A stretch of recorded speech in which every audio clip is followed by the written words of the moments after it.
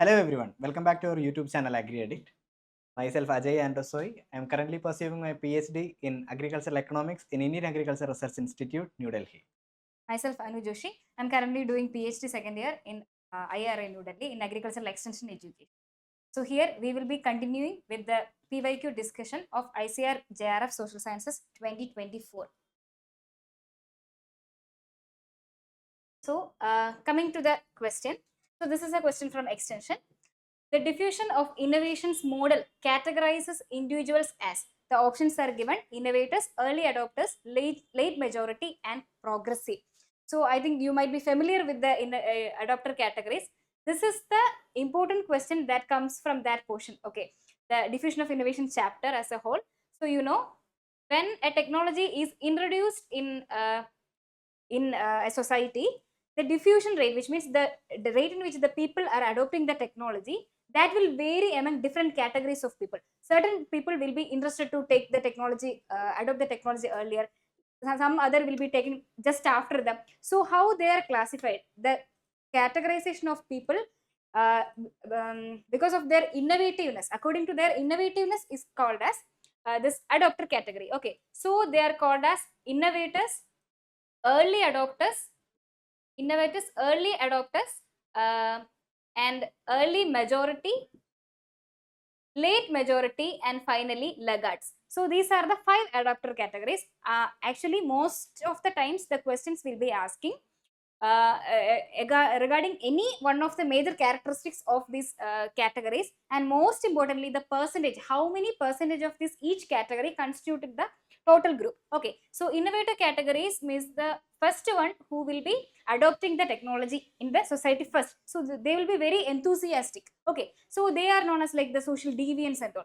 So because they will be the first one to try out a new innovation. Okay, so they will be very less concentration in the total society. Okay, so they constitute only 2.5 percentage. And then comes the early adopters. Early adopters, you can think about the opinion leaders. Okay, so they will be the one who will be legitimizing the innovation, which means that they will be trying out the new innovations. If they are successful, they will be transferring to the rest of the people. Okay, so that's why they are known as the legitimizers, opinion leaders. People will go to them to seek for the opinions. Okay, so they are known as the early adopters. They constitute 13.5 percentage. Okay, it's not asked here, but this is the most frequently asked question. That's why I am explaining. And next one is early majority. Early majority means these are the people who adopt before the average members of the society. Okay, so they are known as early majority. Then they constitute 34 percentage. Then comes late majority. Late majority means these people means first half is already uh, adopted the technology. Okay, so then the people who are adopting the technology after the majority of the members in the society has adopted, after the majority of the members, that's why they are called late majority. Okay, so they will be skeptical or cautious, we say, because they don't want to try the technology which is a failed one. They don't want to take a risk. Okay, so they are called late majority. And finally laggards. Laggards means the people who don't want to go in a progressive manner. In case of innovativeness, they have least innovativeness, which means they don't want to change from what they are currently doing. Okay, so they this late majority constitute 34 percentage, and laggards constitute 16 percentage. Okay, so this left half will constitute 50 percentage total, and the right half is 50 percentage. Okay, so these are the adopter categories. Just think about any of the characteristics and the percentage important. Okay, so innovators, early adopters, late majority, so these are the categories coming. And progressive is not at all a category. So A, B, C, this is the option. Coming to the 62nd question, it is also an assertion reason question. So assertion, the efficiency of agricultural marketing is considered to be low, and the reason, there are large number of intermediates involved in the marketing of agricultural commodities. So this is actually a real life scenario, right? So we came to realize that generally in every textbook or in every papers you can find that efficiency of agricultural marketing is considered to be low, because our agricultural marketing is, according to the theories, it is supposed to be ideal, but we have several constraints in the agricultural marketing, right? Which is by which we are learning the process of agricultural marketing, where we can increase the efficiency and all. So efficiency of the agricultural marketing is considered to be low is a correct statement in the real world scenario. And what is the reason given here? There are large number of intermediaries involved in the marketing of agricultural commodities. As we know, when a production process has been completed, when the product is getting harvested, it is forwarded to the wholesaler, then to the retailer, and then if it is given to the consumer, okay, obviously the market channel will be much lesser. But we have too much intermediaries in between. There can be processes, there can be commission agents, there can be brokers, there can be many other agents in between for the transportation, storage, and process of transportation of or a process of making this product from the harvest point to the consumption point, right? So therefore, because of the intermediate increase in the intermediaries in between the marketing channel, obviously the marketing cost is going to become increased. So as the marketing cost is increased, what will be happening? The efficiency of the marketing will be decreased. So the prime feature or the prime reason for the increase in the cost or decrease in the efficiency of a marketing system is nothing but the large number of intermediaries which is coming in the marketing channel. So therefore, A is correct, B is correct. And why the efficiency is of the agricultural marketing system is less? It's because of the large number of intermediaries. So therefore, both assertion and reason are true, and reason is the correct explanation of assertion. So answer A will be the correct answer here. So this is another question from audiovisual aids. So they have given some examples of audiovisual aids and we have to choose the correct ones. Okay. So actually this question has been asked by many students because the confusion came because we have studied the audio aids, visual aids and audiovisual aids. And then you look at these options. These are slide presentation, group discussion, radio programs and pamphlets. None of this seems to be the one which you have studied in the textbook.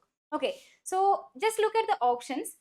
Actually, we have to answer according to the options, right? So if they are not given the exact audio visual aids categories, which is not given in the textbooks, then you have to think in a broader manner.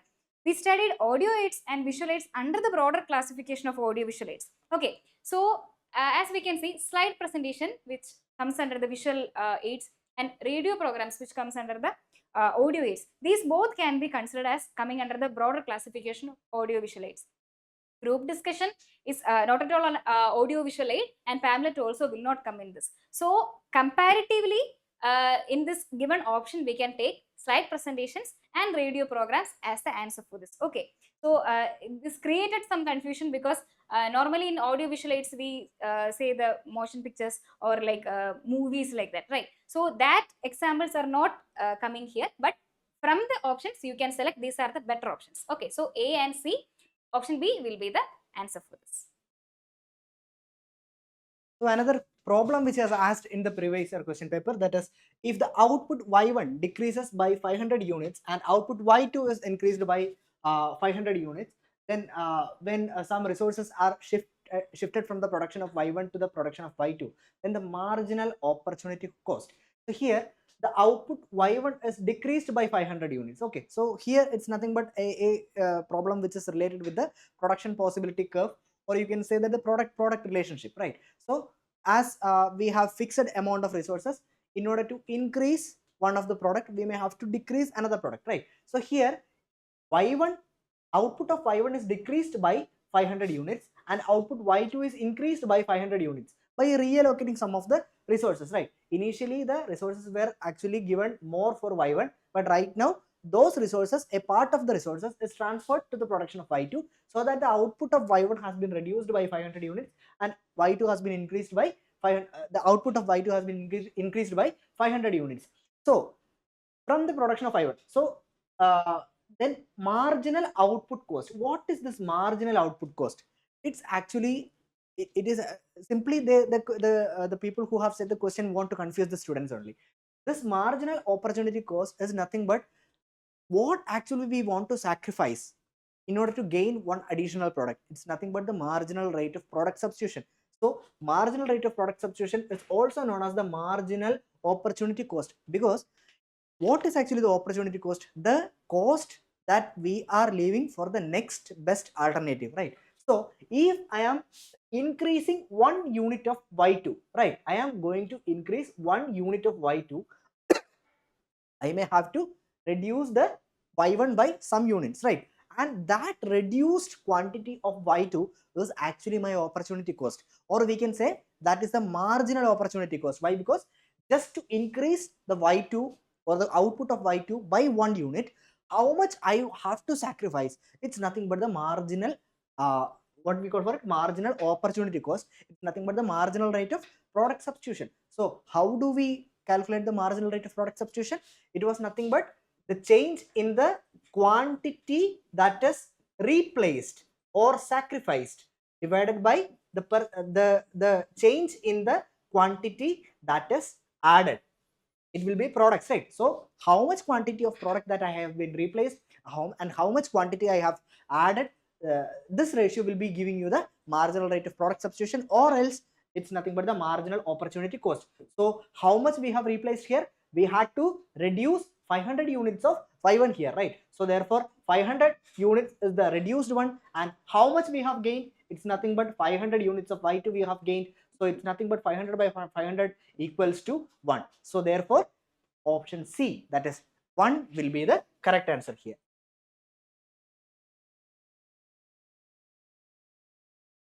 So here they have given a match the following question. Okay, so in the left side they have given multimedia effect, contiguity effect, personalization, and coherence effect.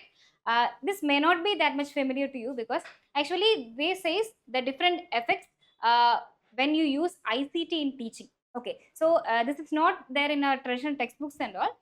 So but some of them you can understand by analyzing the words itself. So first one is multimedia effect. Multimedia effect, it says that the positive impact when you combine different medias, means text or words or images or audio, video, like that. Okay, so that is called multimedia effect. So which among these options will come there? So coming to the third option, the adding pictures to words. This can be considered as a multimedia effect. Okay, these are two different types of media, then they are mixed together. So that is multimedia effect. And option A relates to third option. And coming to the second one, contiguity effect. Contiguity effect means it says that the ability to recall or memorize will increase when for the two objects which are placed together. Okay, so if you are remembering a list of things, just for example, whichever placed one after other. So when you think about the particular list which you have seen, the first two items you may be remembering together. Otherwise, if you are studying, say for example, any types of sprayers, for example, so you are studying the knapsack sprayer or any other handmade operator sprayer. So if the title of the particular sprayer is given next to the picture, then it will be more easier for you to memorize, right? So that is the contiguity effect. So here the first one, place the word near the corresponding picture. So if you are giving the explanation or the particular word near to the picture, then it will be easier for to remember. So that is the contiguity effect. Okay, so option B will relate to second one. And the third one is personalization. Personalization means if your the ability to understand will increase when it is tailored to the particular person. Okay, so say for example, you can, if a person is having a lower education, then you have to use the words like that. And if the target population is the learners or the students, then you have to use more explanative words. So in this options, using of conversational style for words. Okay, so for easy understanding in the conversational manner, if you are using, it will be easier for to understand. So this personalization, C, will be related to the fourth one, which is use of conversational style for words.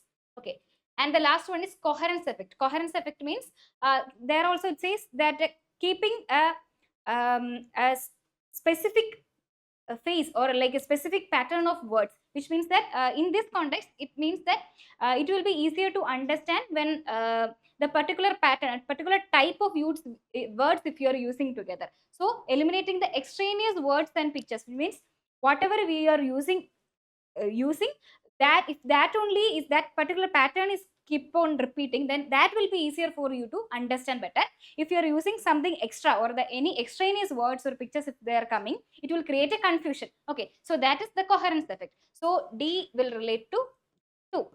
Okay, so the option A, multimedia effect, will relate to the adding pictures to words, option 3, A3. And contiguity effect will be related to the placing of words near the corresponding picture, B1. So A3, B1.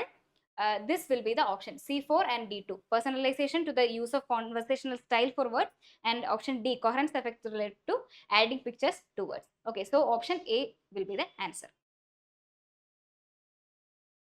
Coming to another question, there are again a statement question. Statement 1, the sum of the consumer surplus and producer surplus is known as the total economic surplus. It's quite obvious. Economic surplus constitute two surpluses, that is consumer surplus as well as producer surpluses. So the statement 1 is correct. And what is statement 2? Any shift of the supply curve to the left reduces the consumer surplus. So what happens there? So if you recollect the graphical representation of the consumer surplus and producer surplus, this would be so easy. So let DD be our demand curve and SS be our supply curve. So the optimal price will be given by P star, and this Q star will be giving you the optimum quantity of production. So the optimal product price as well as optimum quantity will be expressed by the demand curve as well as the supply curve. So how to actually distinguish between the producer surplus as well as consumer surplus? Producer surplus is nothing but the area below the equilibrium price line, that is, let it be O. So OP star, the area below the equilibrium price line and area above the supply curve will be giving you the producer surplus. So this area will be giving you the producer surplus, right? And how you will be arriving at the consumer surplus? It is the area above the equilibrium price line and area below the demand curve, right? So therefore, let me use another color. Yes. So this area will be giving you the consumer surplus, right? So this is how we are arriving at the consumer surplus as well as producer surplus. So the condition that is given in the second statement is nothing but any shift of the supply curve to the left reduces the consumer surplus. So the condition here is that the supply curve has been shifted to left, right? So let it be this S dash is nothing but the shifted supply curve. So what will be happening? The area of the consumer surplus is going to become reduced and the area of the producer surplus is become more, right? So therefore any shift of the supply curve to the left reduces the consumer surplus is actually a correct statement. So therefore statement 1 is correct, statement 2 is correct. So therefore the both statement 1 and 2 are correct will be the correct answer. So option A is the correct answer for this question. Coming to the next question. So the next question is, which of the following statement characterize the normal good? So option comes like this: the quantity demanded of a commodity increases with its price falls, then the income effect of price change is positive, then substitution effect of the price change is negative, and the income and substitution effects work in the opposite direction. So lot more concepts are actually discussed in a simple single question. So we shall see what is actually happening for the normal good, inferior good as well as given good first, right? So this table, if it is possible, just by heart this table so that it will be so easy to understand where you can apply this income effect, substitution effect and price effect in terms of different types of goods. So there are three types of goods, that is normal goods are there, then inferior good is there, and given good is there, right? And as you know, even though the price effect was not completely established by the theory of demand, later it was decomposed into two major effects, that is income effect and substitution effect. And according to the differences in the income effect and substitution effect, the commodities are described as normal good, inferior good as well as given good. So there is income effect and substitution effect, and finally the price effect. Remember that price effect is nothing but the summation of income effect and substitution effect. The combined effect of income effect and substitution effect will be giving you the price effect. So for normal good, income effect is positive, substitution effect for the normal good, substitution effect is negative, price effect is negative. When it comes to the inferior good, income effect is negative, substitution effect is negative, price effect is negative. And with the respect to the given good, the income effect is negative, substitution effect is negative, but the price effect is positive. Another point that you have to remember at this point is that in the case of inferior good, the substitution effect outweighs the income effect. The effect of substitution effect will be much higher than that of the income effect. In the case of given good, it is just the opposite direction, that is income effect outweighs the substitution effect. Even though the income effect and substitution effect is negative for inferior good and given good, this is the characterizing feature of inferior good as well as different good, that substitution effect outweighs the income effect in the case of inferior good, and income effect outweighs the substitution effect in the case of different good. Okay, this is the fundamental concept that we have to understand in the case of normal good, inferior good, and different good. Now the question is about the normal good, right? Which of the following statement characterize the normal good? The quantity demanded of a commodity increases as its price falls. That is, when the price reduces, the quantity demanded increases. It nothing but describes about the price effect. So it's actually negative. So in the case of normal good, the price effect is negative. So therefore, option A is correct statement. Then what is the second statement? The income effect of the price change is positive. What is actually happening here in the case of income effect in the case of normal good? The income effect, the sign is positive, but actually what happens here? When the price of the commodity decreases, when the price of the commodity decreases, what will be happening? The nominal income will be the same. Imagine that he had 500 rupees and he was purchasing maybe 10 pence. So therefore,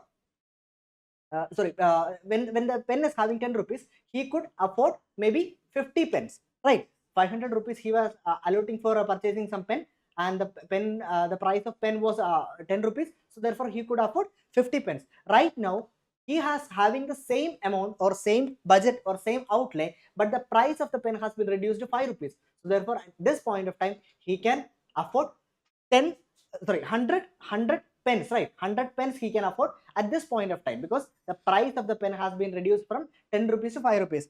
See, the 500 rupees, the outlay or the income level is the same, but at the same point he could afford more. So he can understand that his nominal income is constant, but his purchasing power has increased, or we can say that his real income has been increased. So the income effect is nothing but when the income increases, whether he would be purchasing it more or less. So therefore, the in the case of normal goods, as the income increases, he would purchase more. So therefore, the positive sign here comes here.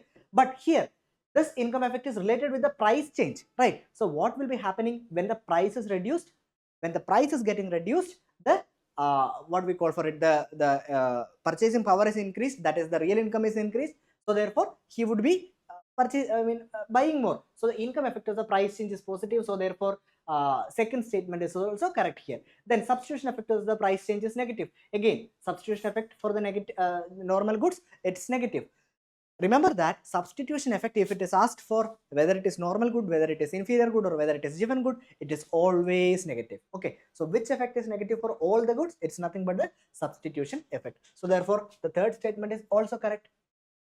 Then what actually happens in the fourth statement? The income and substitution effects work in the opposite direction. Whether it is working in the opposite direction? No, it is working in the same direction. Imagine that when the price of the commodity falls. Okay, we are talking about the income effect. When the price of the commodity falls, so therefore the real income, right? The real income rises because he can buy more right now, right? So therefore the quantity demanded is getting more, right? What happens in the substitution effect? When the price is getting less, what is actually happening? There are many other substitutes for this commodity, but related to the price of those commodity, since our price is less, our product is much cheaper. So he will be demanding more. So therefore, the quantity demanded will be more. So therefore, for the similar increase in the price, the quantity demanded is getting more because of the income effect as well as substitution effect. So we cannot tell that the income and substitution effect will be working in the opposite direction. It is working in the same direction. So therefore, option D will be the wrong answer. So many concepts are here, and if you are thorough with this question, you would be able to answer ample number of questions if some questions are asked from normal good, inferior good, or different good, or income effect, substitution effect, or price effect. So therefore, A, B, C will be the correct answer. Option B is the correct answer here. So this question is about learning. What type of changes in behavior qualify as learning? Okay, so this is a simple question. As you are looking in the option, you will be able to understand. So the first option is temporary changes due to illness. So first of all, it's not related to learning. Okay, and it's in secondary, it's regarding the temporary changes. So in the learning, if you are saying it bring about the general definition of the learning itself is bringing about the relatively permanent change in the behavior of the people. Okay, so here due to illness, that's a wrong statement. And second one, permanent changes due to drugs. So this is also not related to learning. It's not at all. It's due to a use of certain thing, not related to a learning. So this is also not coming under the option. And third one, only you will may be confusing only with the third and fourth option.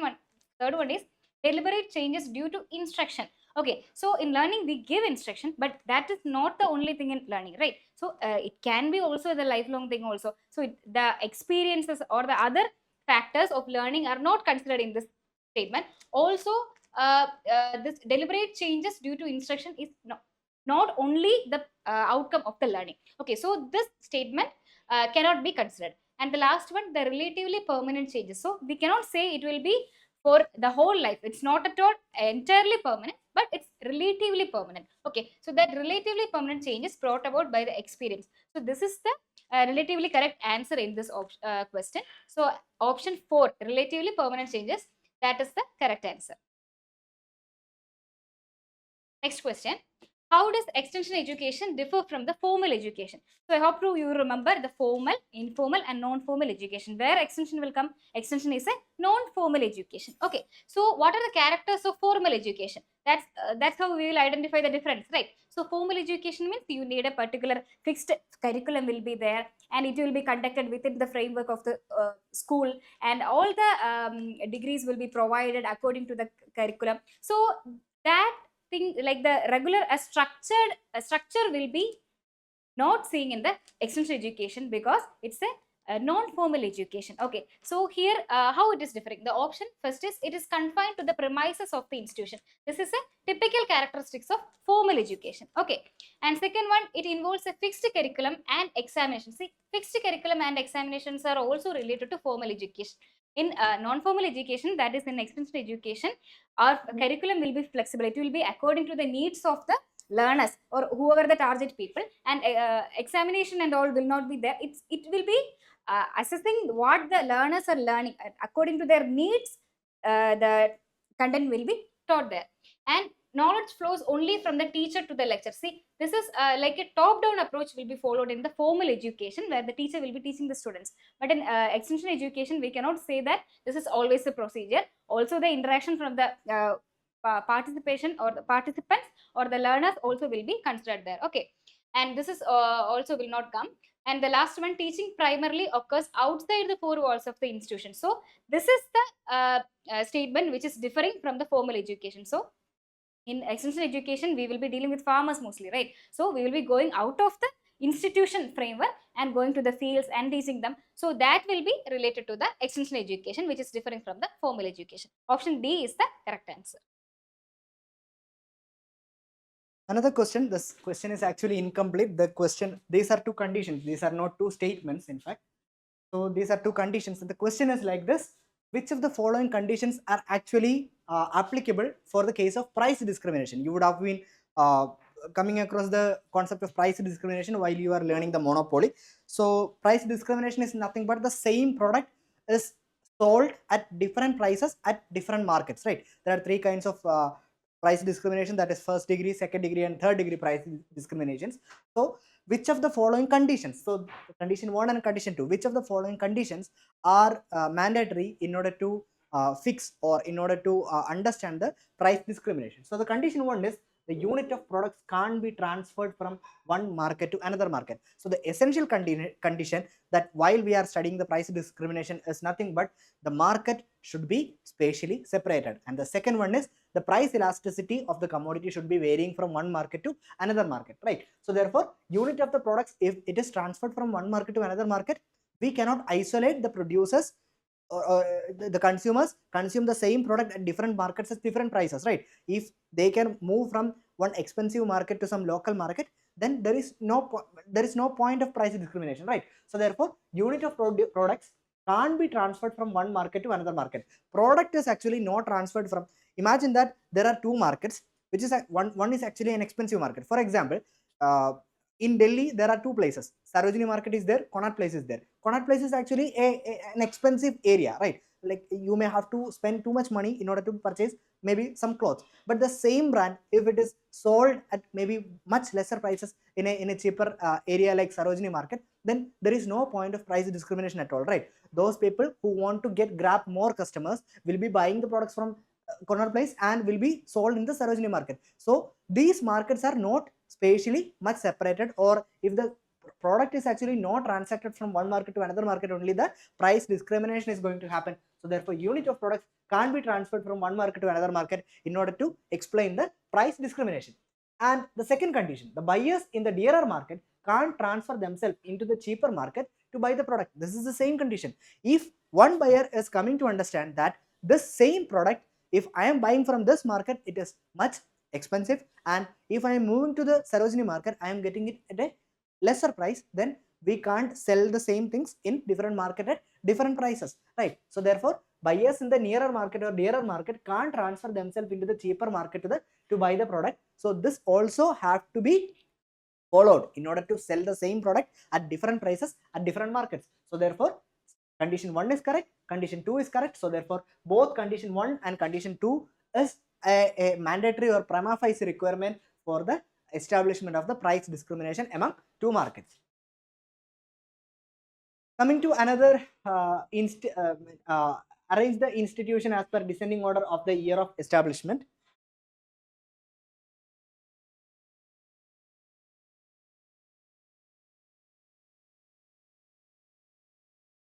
So you would be familiar with three of these institutions. The first one is NAFED, that is nothing but National Agricultural Cooperative Marketing Federation, which is the apex agency of agricultural cooperative marketing in India. Then National Dairy Development Board and National Cooperative Development Corporation, right? So NAFED is formed at 1958, which is actually a fundamental fact that we are learning in agricultural marketing. Then NDDB, National Dairy Development Board, was established in 1965, the same year where FCA has been established, or you can say that Agricultural Price Commission, the later CACP, has established in 1965. Then the National Cooperative Development Corporation was actually established in 1963. This is actually relatively a new term. You would not be much familiarized with this term. So this is nothing but National Cooperative Union of India. So we shall see like whether we can arrange in this manner. So NAFED comes first here. So B is first. Then National Dairy Development Board, that is C. Sorry.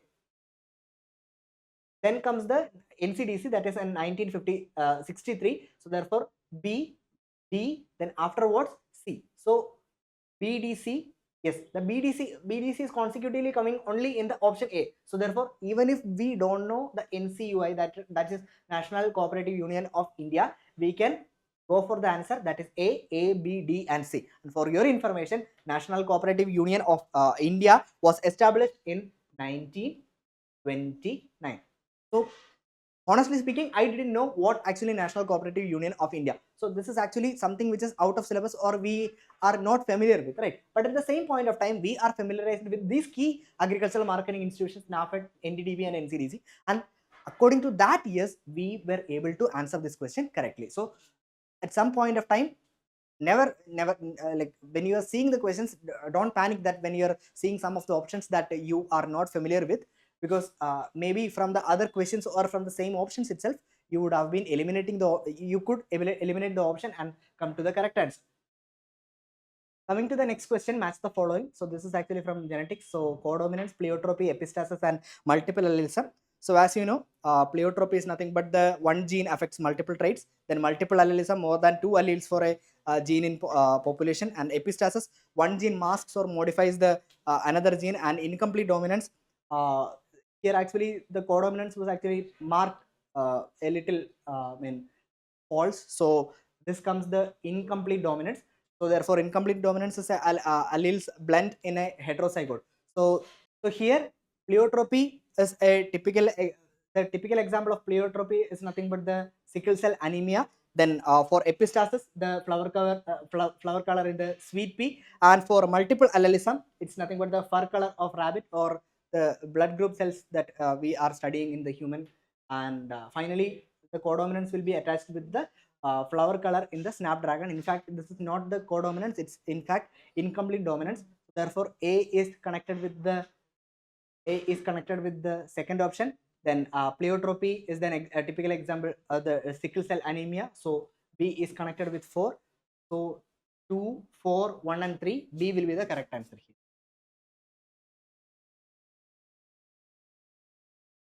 So this question, it's related to the program planning chapter and extension. Okay, so I hope you are familiar with the steps which is followed in the program planning. So if you are remembering, So in program planning, it has 8 steps and 2 phases. Okay, first phase is program determination, and second one phase is program implementation. Okay, so if you want to conduct a program in a particular village, what you will do? So as a first step, what you are doing is you should collect the facts. Okay, collection of facts, that is the first step.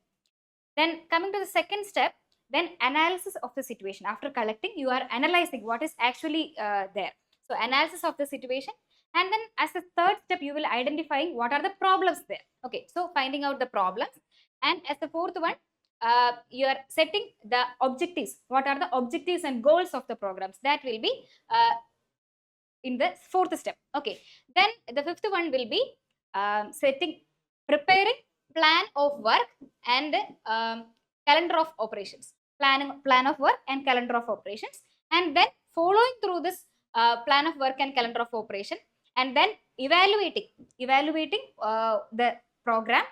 Then after that, reconsidering means whatever evaluation, what we will do evaluation, we will measure the outcome of the program with the set objectives. Okay, so if any gaps are existing, then that will be reconsidering in the program, and again the cycle will come. Okay, so these are the 8 steps in program planning. So regarding some of the programs, it is steps, it is asked here. The left one is plan of work. Plan of work means when you make a plan, what you will do. So you will list out what you have to do in a day, right? Similarly, in a extension program also, plan of work means a outline of activities so as arranged to enable efficient execution of the entire program. Okay, so that is plan of work. So A will be related with fourth option. Okay, and second one, calendar of work. Calendar means the date, like, so how it is related with the date and time. So how you will execute the activities. The plan of work which is arranged chronologically. Chronologically means according to the time. So that is the option. B is related with the third option. And third one is extension program. I hope you will be familiar with the definition of extension program. In that it says it's a statement of situation, objectives, problems and solutions. Okay, it's a direct definition is given. And so C will be related with first option, and the final one is planning. Planning means it's a process, right? So the process of preparing a blueprint of actions to attain the stated objectives within a time frame. So that's also the definition of planning. So D will be related with the second option. So A4, D3, C1 and D2, option B will be the correct answer. So here the Berlow's model of communication has the following elements. Arrange them in the correct sequence. As I told in the first part in the regarding the model of communication, there are many models have been asked in the exam and all are given in the sequence only. There is no confusion while just seeing the option only you will be understand.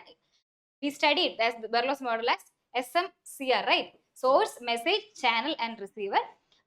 So the option are in correct order only. A, B, C, D. Option A is the answer.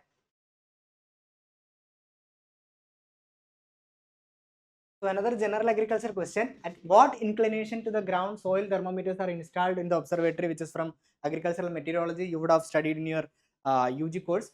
It's nothing but 60 degrees. Okay, so the soil thermometers should be installed in the observatory with an inclination to the ground of 60 degrees. So answer C is the correct answer here. Okay, so this is the question from the schemes, early schemes. Actually, these are some of the early extension efforts that happen in India. So IVS or Indian Village Service, which is started by Mosher and Gupta. Okay, Mosher and Gupta. Most of the times, the who founded the initiative and which is the year, that is the question that will be asking more in the previous year questions. Okay, so IVS has started in 1945. So A will be related with the second option. Second option is Firka development. So Firka development program was initiated by T. Prakasham in 1946. Okay, so the option B will be related with third option. And Nilokiri experiment. Nilokiri experiment is one of the post-independent program. Okay, so it's the coming at 1948. And Nilokiri experiment was started by S.K. Day. Okay, that's also important. S.K. Day. So the option C, Nilokiri experiment will be coming under fourth one. And the final one is Marthanam project. Marthanam project is a pre-independence project. Okay, it is one of the initial one, and it is started by Spencer Hatch. So Marthanam projects is that's the only pre-independent one. No, the one of the pre-independent one. So Nilakari experiment is only the post-independent one coming. Okay, so Marthanam project is related with the D option is D related with first one. So A2, B3, C4 and D1. So option B will be the answer for. Okay. So in the 77th question, it's a match the following relating with the ICT initiatives on the left hand side and which institution has launched this program on the right hand side. Okay, so regarding the ICT initiatives, mostly the questions will be asking regarding which date, which year it has been launched and who will be, who launched the initiative. Okay, so many SMS portals are there, apps are there, programs are there. So just take a note of the minimum things. Okay, so first one is M-Kisan SMS portal. So this is an SMS portal through which through SMS farmers will be getting the farming related information. Okay, so it has been launched in 2013 by the Department of Agriculture and Cooperation. Okay, so A will be related with the fourth one. And second one is M-Krishi. M-Krishi was launched for mainly for grape farmers. Okay, grape farmers. It has launched in 2009 by this TCS, Tata Consultancy Services. B is related with 3. Okay. And next is Digital Mandi. Digital Mandi has launched in 2009 by not only BSNL but also by IIT Kanpur and also by Media Lab Asia. Okay. So all these three, BSNL, IIT Kanpur and Media Lab Asia together launched Digital Mandi. And so C is related with second option, and the last one is Kisan Suvidha app. This is also for giving information to farmers through mobile application. Okay, so this one is launched in 2016 by ICAR. So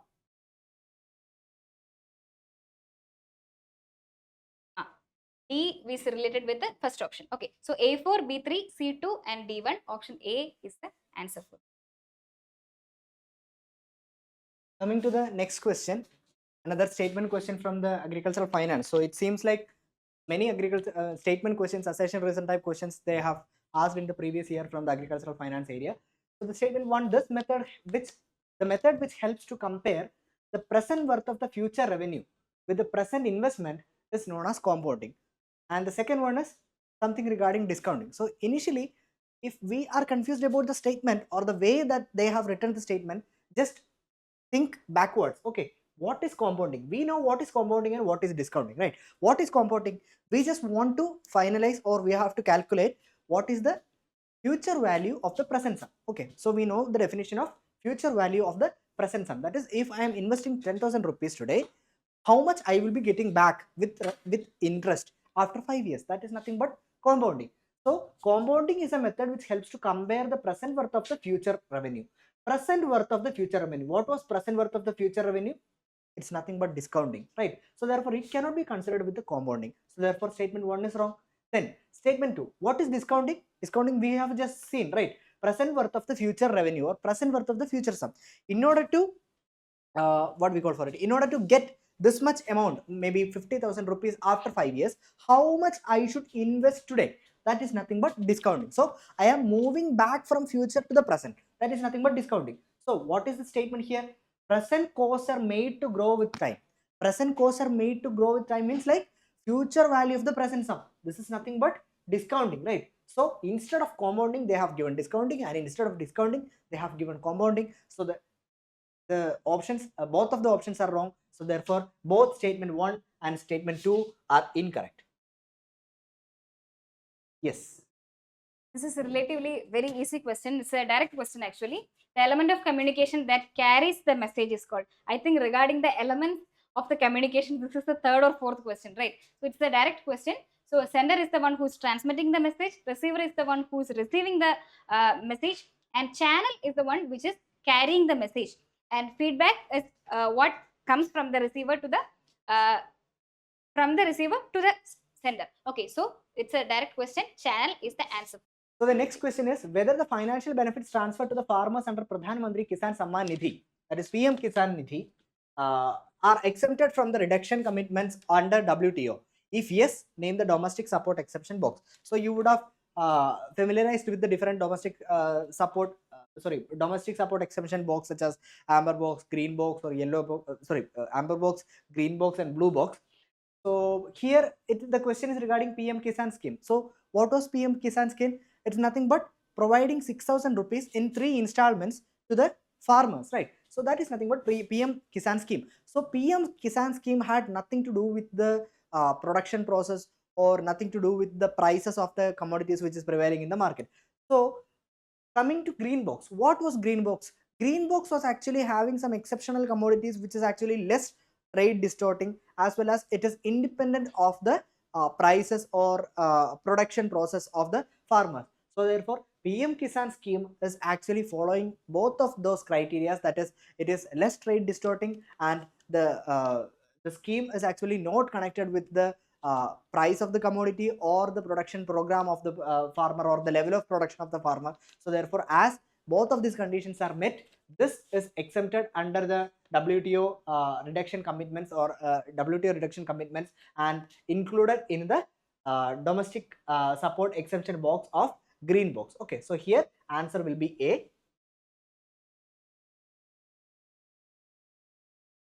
So this is about the rural development program. These are some of the important rural development program implemented in India. Okay, so the question is to arrange the programs chronologically starting from the latest to the earliest. Okay, consider the end portion. Okay, normally they will be asking to rank in the earliest to latest. Sometimes they will ask in the reverse order also. Okay, so these are the programs: IADP, IRDP, PMGSY, and SFDA. So IADP is Intensive Agriculture District Program, which started in 1960. Okay, IADP. So what we did there? So Intensive Agriculture District Program, which means that we have selected certain districts in the country, and the whole concentration was given to the particular district, so that their productivity or productivity will be increased. Okay, so that is under IADP. Okay, and then second one is IRDP. IRDP has launched in 1978.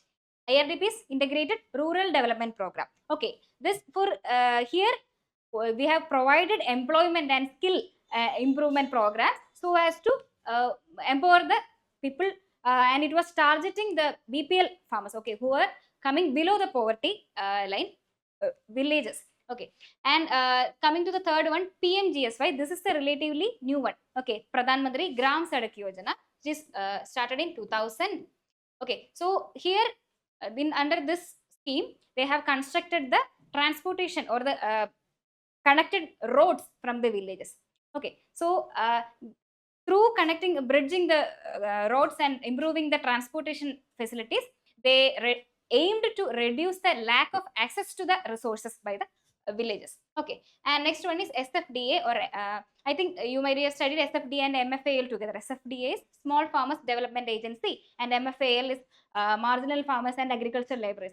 So it started in 1971. Okay, so they in SFDA were aiming to improve the small farmers conditions, to give them the package of practices and cultivation and help and all. Okay, so here they asked to arrange from the latest to the earliest. So in this, PMGSY is the first one, and after that 1978 IRDP, and then SFDA, and after that the earliest one was IADP. So CBDA, option B is the correct answer. Next question. Extension educational process involve 5 essential interrelated steps. So what are the extension educational process? So I think you all remember the SOTER steps. Okay, the SOTER steps. So these are the extension educational process, starting from situation, objective, teaching, evaluation, and reconsideration. Okay, so there is nothing much to explain. So they have asked to arrange these steps according to this. So always remember the short forms of each one. Okay, SOTER or IETA, KPDIC. So these many questions will come to make it in a specific order. Okay, so situation and objective will come first, and then after that teaching is option A, and evaluation as option D, and reconsideration as option B. Okay, so CADB option is the fourth one. Another factual question which was asked in the 2024, what was the percentage share of value of agricultural export to the national exports in 2021-22? So during 2021-22, even if you are checking the recent value also, this comes around almost 11 to 12 percentage. So answer would be 11.94 percentage. Then coming to another match the following question. So here some of the list has to be matched with the list 2, micro, macro, absolute income hypothesis and Pigou effect, and it has to be matched with real balance effect, price theory, income and employment theory, and drift hypothesis. So here microeconomics, it's a easy question. Microeconomics is also known as the price theory. Then macroeconomics is also known as income theory or income and employment theory. So therefore A can be connected with 2, then B can be connected with 3, right? Then there is absolute income hypothesis, which is an important consumption theory that we are studying during our macroeconomics consumer theory analysis. So therefore in the absolute income hypothesis, what actually happens? Absolute income hypothesis states that consumption is a function of disposable income, right? Consumption is a function of income.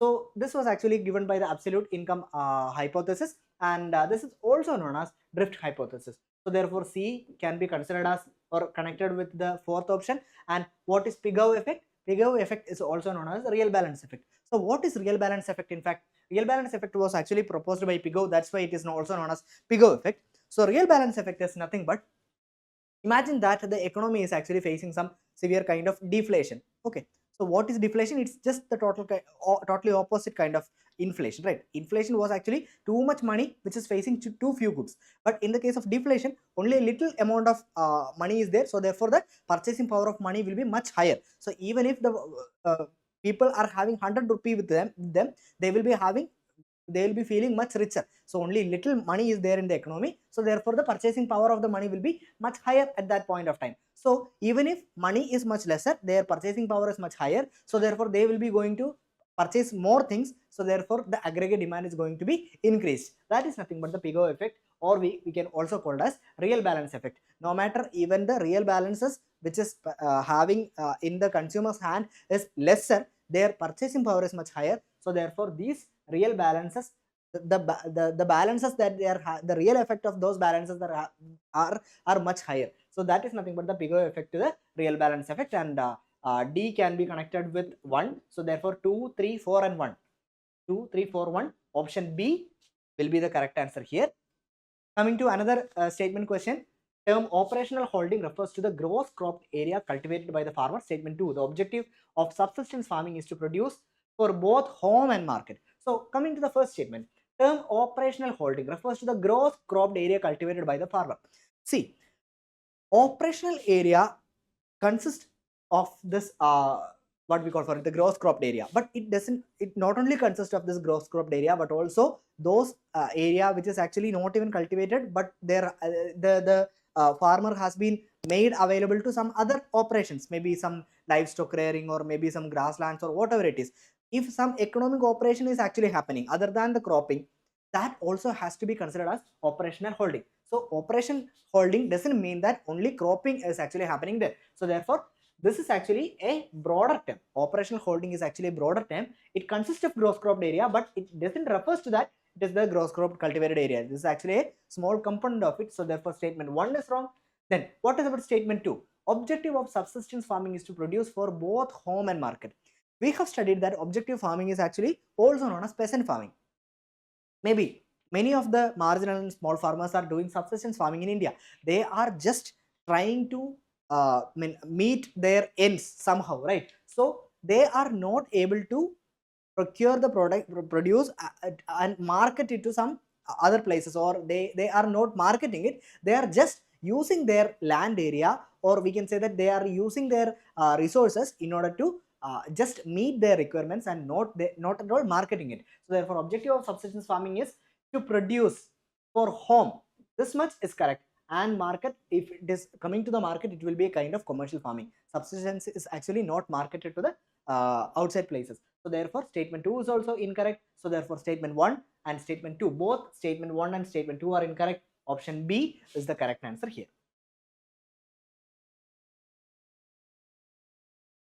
So this is a question. It's a match the following.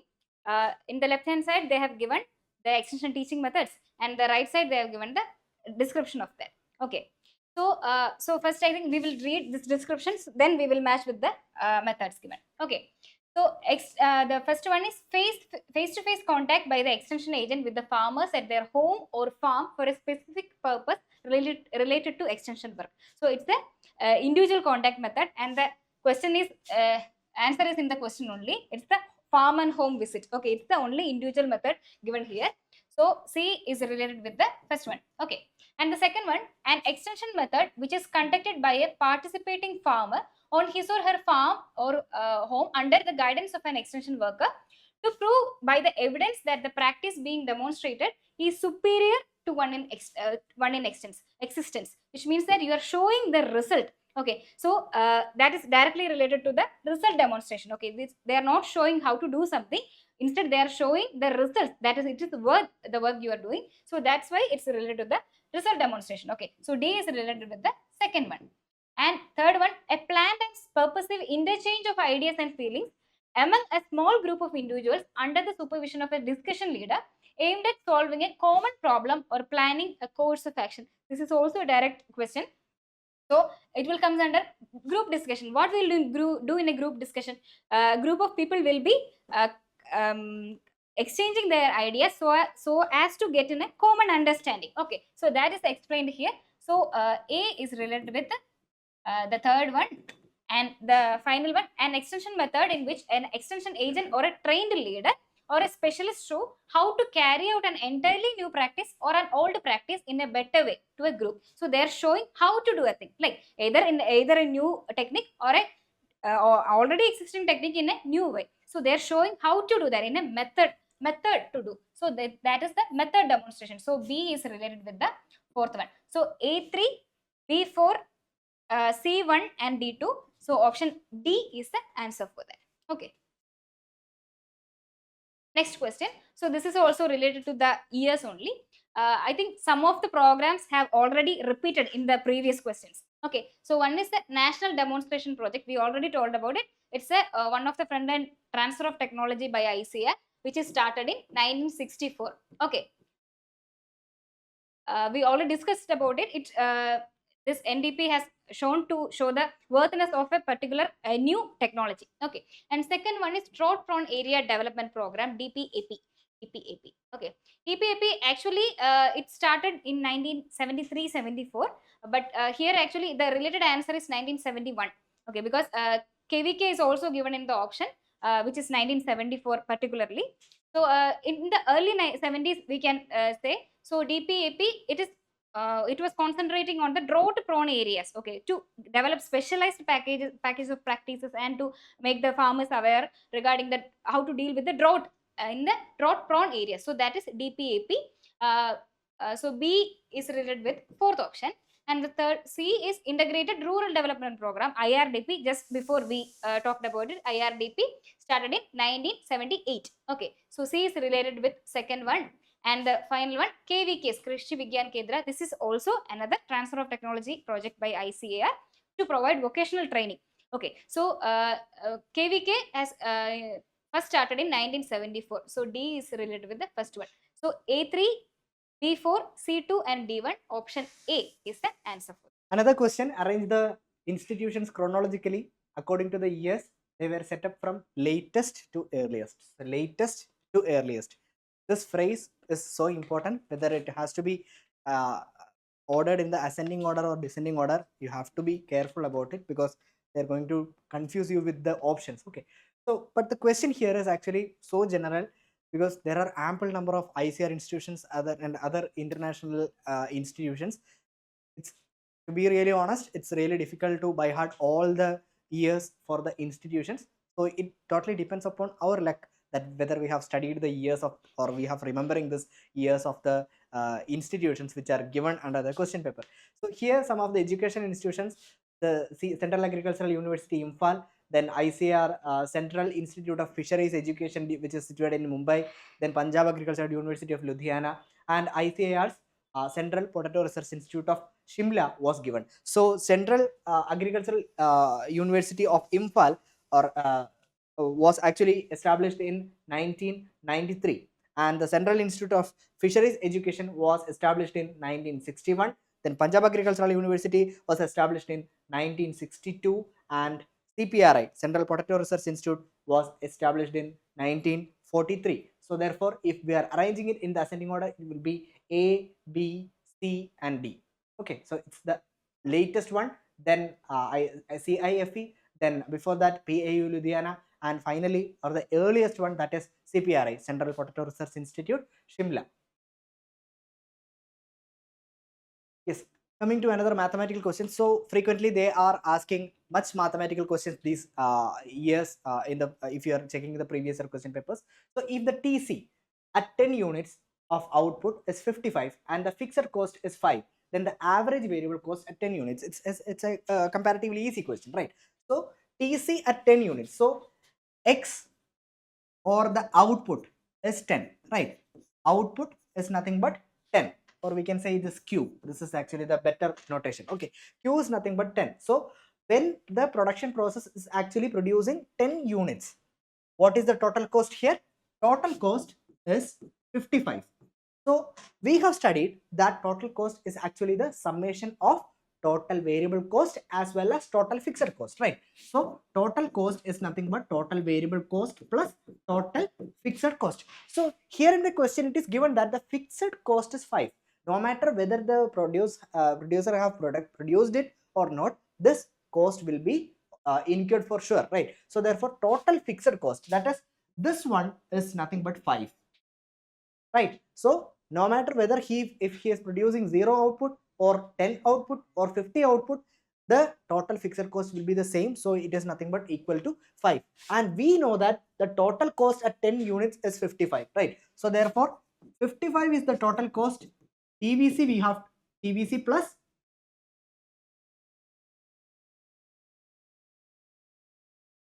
TVC plus TFC, right? So therefore TVC is nothing but 50. Deducting 5 from 50, 55, you will be getting TVC equal to 50. So at 10th unit of output, the total variable cost is nothing but 50, and you are asked to find out average variable cost. So how to arrive at the average variable cost? Average variable cost is nothing but total variable cost divided by total output. So we have the total variable cost, that is 50, and what is the number of unit of output there, that is it is given at 10 units, right? So therefore 50 divided by 10, that is equal to 5 rupees per unit of output. That is nothing but the average variable cost here. So therefore answer C will be the correct option here. So this question is from sociology chapter. Okay. So here they asked what distinguishes a primary group from a secondary group. So what are the characteristics of a primary group and secondary group, that we have to understand. Okay. In a primary group, whenever we talk about a primary group, think about family. Okay. So what you will do in a family? So in family, there exists an informal relationship, right? So informal relation, and most importantly face-to-face interaction, the personal interactions, face-to-face interactions, and a feeling of intimation, or right, as we say, a we feeling will be there in a primary group. Okay, so whereas in contrast to a secondary group, you can think about any like office groups or like any cooperative societies, for example, if you are taking.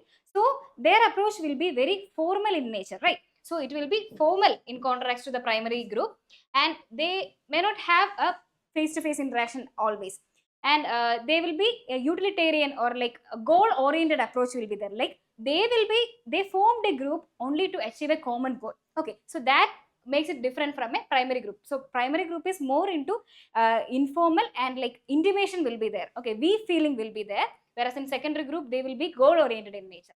So what is the major difference that we will see? First option is size and complexity. We cannot say that primary group will have small or secondary group will have large. In both the group, small and large group of members can be happen, and complexity also. And but the degree of formality and impersonality, this this is what basically determines whether it is a primary group or secondary group. Okay, so in primary group it will be informal in nature, whereas in secondary group it will be strictly formal, and in mostly face to face, or in that personal interaction will comes in primary group, whereas in secondary group both can become. Okay, and the stability and similarity of background, that also uh, may not matter. Okay, in a primary group, mostly the background might be similar, but in secondary group, it may or may not be similar. And the intensity of shared interest and association, this also can be varied among both the groups. Okay, so the distinguishable character is degree of formality and impersonality, which is option D.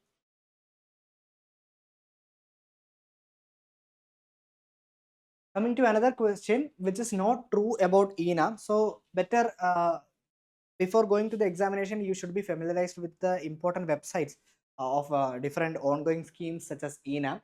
It's nothing but National Agricultural Marketing, the e-platform. So it was launched in 2016, which is a factual statement, which is correct. It was integrated 1,361 mandis in the country, which is also a correct statement.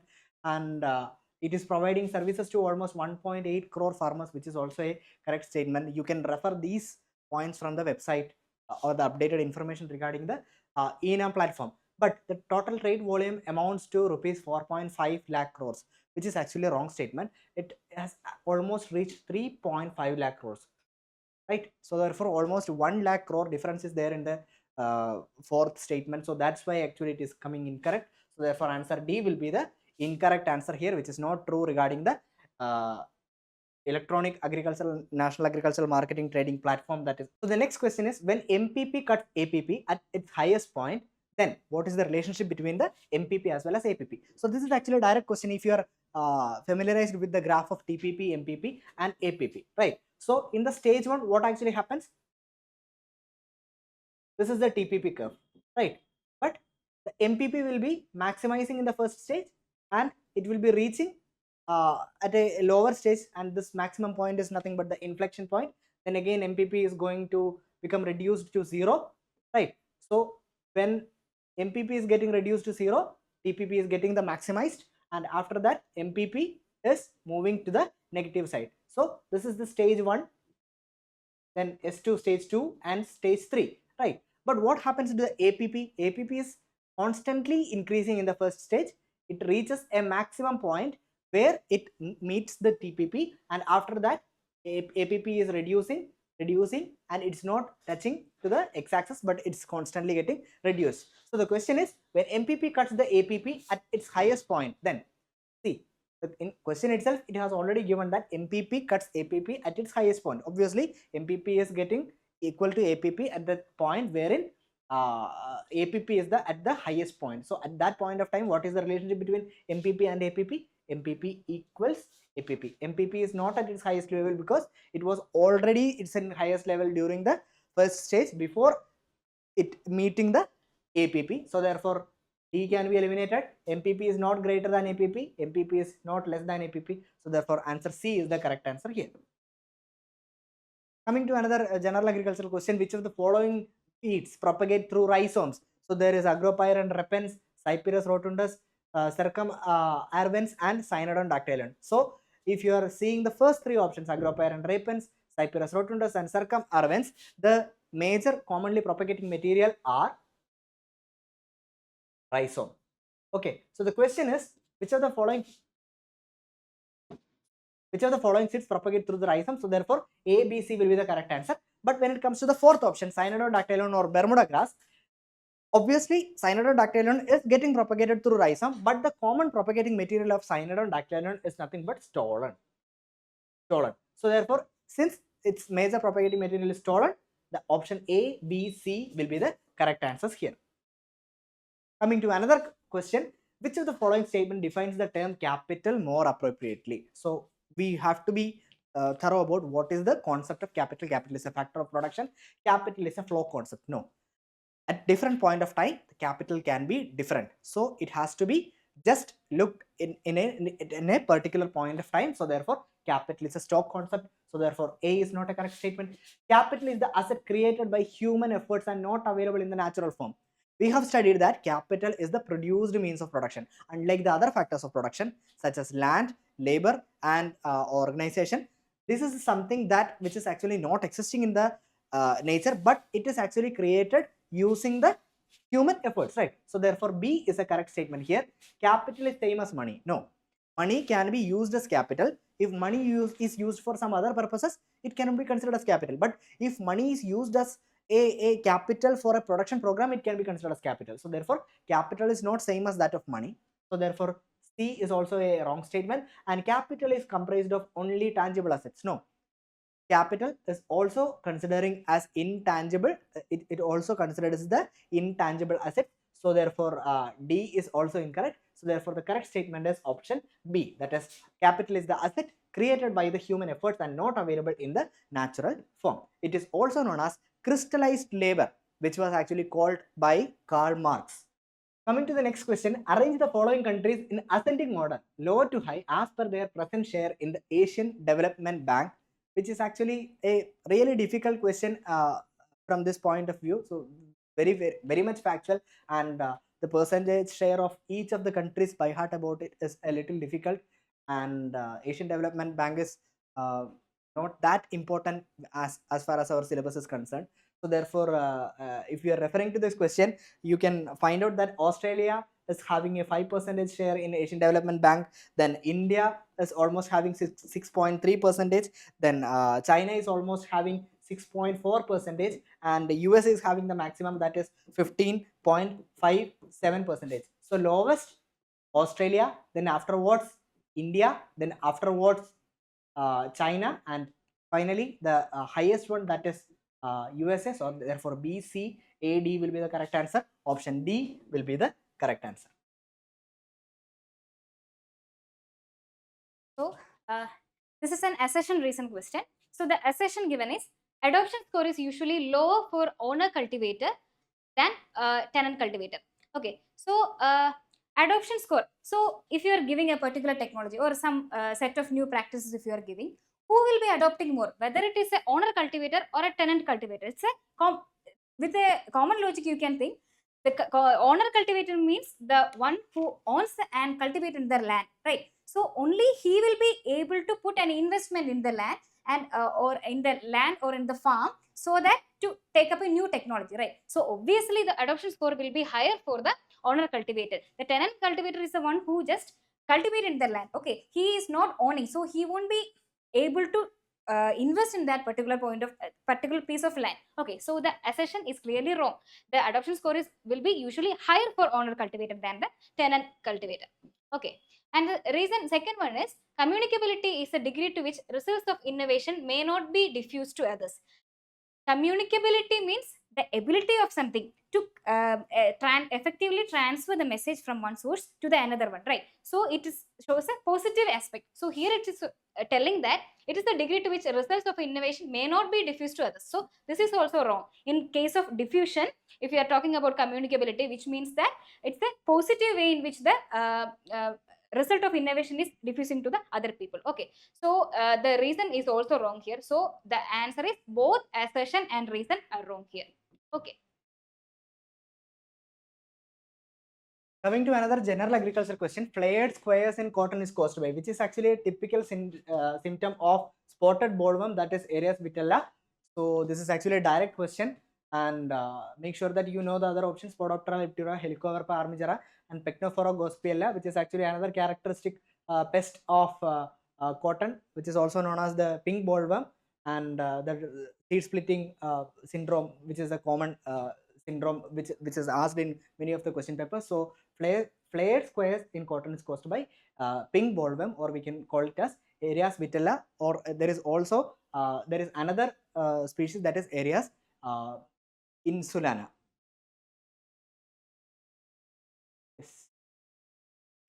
So this is a question again about the leaders. Okay, in the first part we have already discussed different types of leaders which is given in the option. So it's like a assertion reason question. Okay, so the assertion is traditional leaders in rural areas uphold social and religious values through their inherited status and roles. Okay, so regarding the traditional leader, we already told that traditional leader means the one you can think about head in the tribe, for example. So how they became the leader? So traditionally, like either by means of having a particular land or wealth in their hand, or by inheritance, means their parents or their parents might be the leaders. So as the leadership passes from one generation to other, so obviously when you are living in a work as a traditional leader, you have to uphold the social and religious values. So these are the values which is so closely connected to the society, right? The village or the society. So uh, to uphold or to closely follow these values is important for a traditional leaders, because they emerge from this only. Okay, so through their inherited status and roles. Okay, that's about the traditional leaders. So this assertion is correct. Whereas in the second statement, or the reason, emergent leaders in villages primarily gain influence through their wealth and power. So when we talked about the emergent leaders, we told that, so in a group, if through their natural communication and their relation, some people will emerge as leaders. So it has nothing to do with the wealth and power influence. Okay, so the reason is wrong. So assertion is correct and reason is wrong. So option is C. Another interesting question from agricultural marketing: vertical integration, horizontal integration, conglomeration, and contract integration. You would not be familiarized with the contract integration, but there are vertical, horizontal, and conglomeration, which are the common type of integrations that we are seeing in the agricultural marketing. So we can see the definition, and we shall try to match with the list one. Bringing the activities firms under unified management, which are not related to the present activity,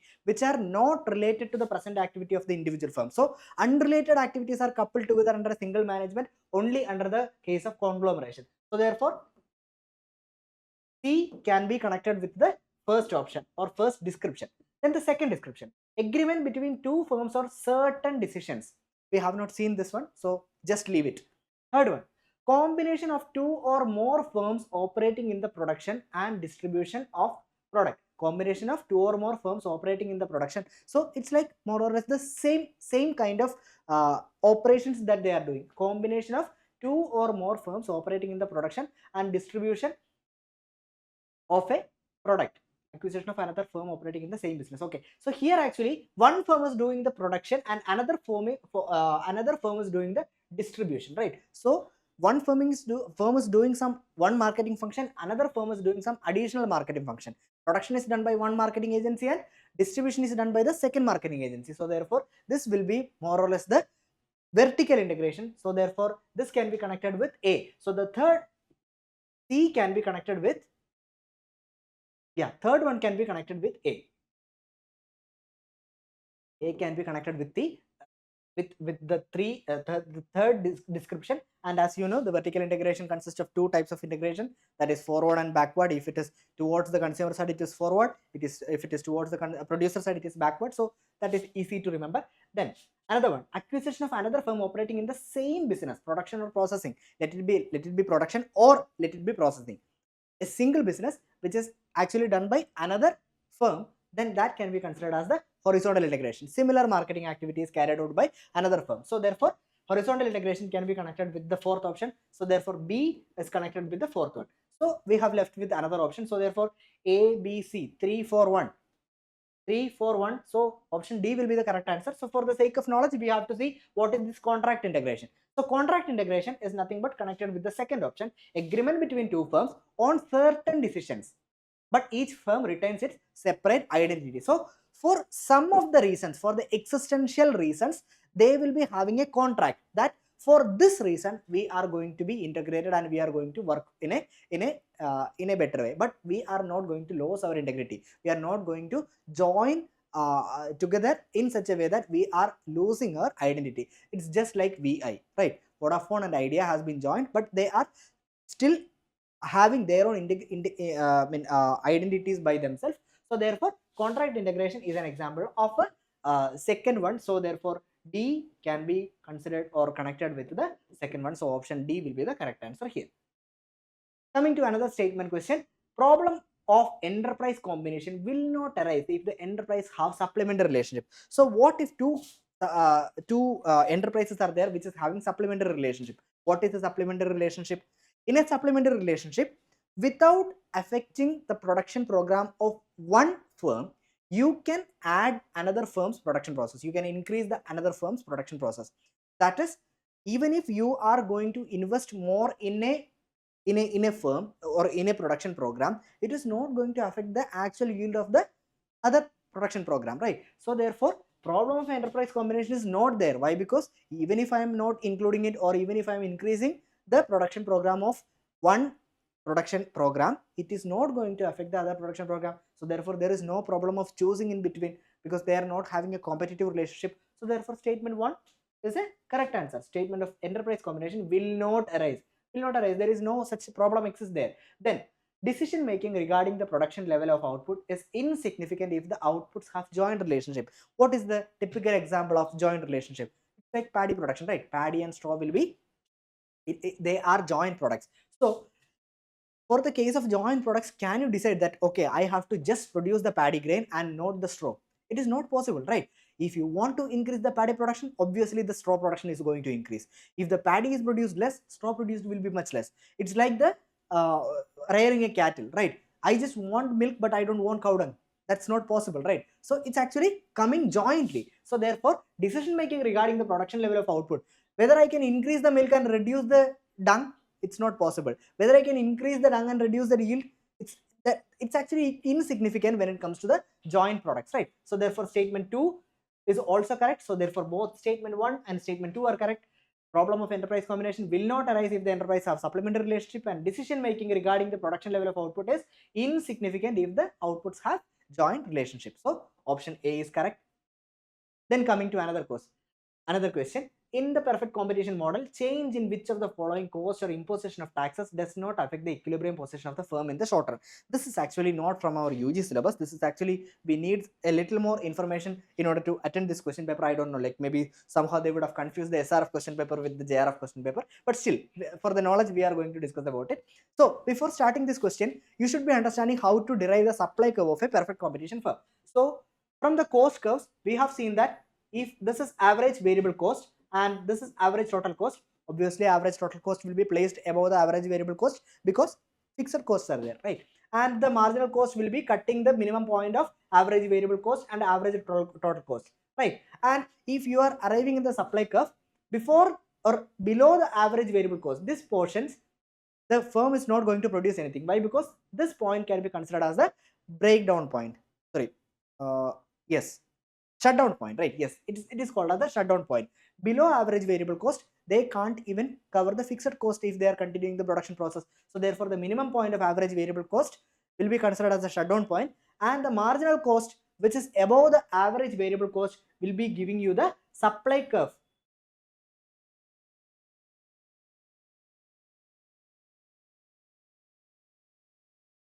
Will be giving you the supply curve of the perfect competition. Okay, so this is the basic idea that you have to recollect or remember while starting this question. So right now we are coming to different conditions. What will be happening if the fixed cost is increased, or lump sum tax is increased, or specific profit tax is increased, or specific sales tax is increased? So here we want to understand that what will be happening. The basic idea is like what will be happening if the fixed cost is increased, and what does an increase in the variable cost would be affecting the change in the equilibrium position. Imagine that the fixed cost has been increased. So this fixed cost will be having any effect on the marginal cost? No. Why? Because marginal cost is totally depending upon the variable resources, right? If variable resources are increased, average variable cost is going to increase, and therefore obviously marginal cost is also going to increase. So therefore fixed cost is not going to affect the average marginal cost or average variable cost or variable cost. So therefore it is not going to change the supply curve of the perfect competition. As fixed cost increases, since the supply curve is the same, the equilibrium position will be remaining the same. So therefore there is no change in the increase in the fixed cost. What was the question? Which of the following cost does not affect the equilibrium position? So increase in the fixed cost does not affect the equilibrium position. Why? Because it cannot influence anything regarding the supply curve, because it is not affecting the marginal cost or average variable cost. Then imposition of lump sum tax or imposition of the profit tax. Both of these questions are just, or these conditions signifies that if you are increasing the lump sum tax or if you are increasing the profit tax, it will be increasing the fixed cost only. And if the fixed cost is increased, there is no change in the variable cost, there is no change in the marginal cost, there is no change in the supply curve of the profit competition. So therefore it is not going to change any equilibrium position of the firm. So therefore B and C also will not be changing the equilibrium position. But imposition of the specific sales tax. it is actually specific sales tax. As sales increases, taxes also increases. So if sale is increasing, production is increased. If production has to be increased, variable cost has to be increased. So this is going to affect the marginal cost or average variable cost. So therefore it will be shifting the supply curve towards upside or downside. So therefore obviously the equilibrium position will be changed here. So therefore D will not be coming here. So therefore answer will be A, B and C. Option A will be the correct answer. So this question is about the Ligands model of communication. Okay, so I think this is the third question coming along from the communication model in this question paper. So Ligands model, I think you might be familiar. That short form we study as CMCTAR. So what does it signify? C means the communicator, the source from which the message is transmitting. M related to the message. Okay, and C is the channel through which the message is transferring.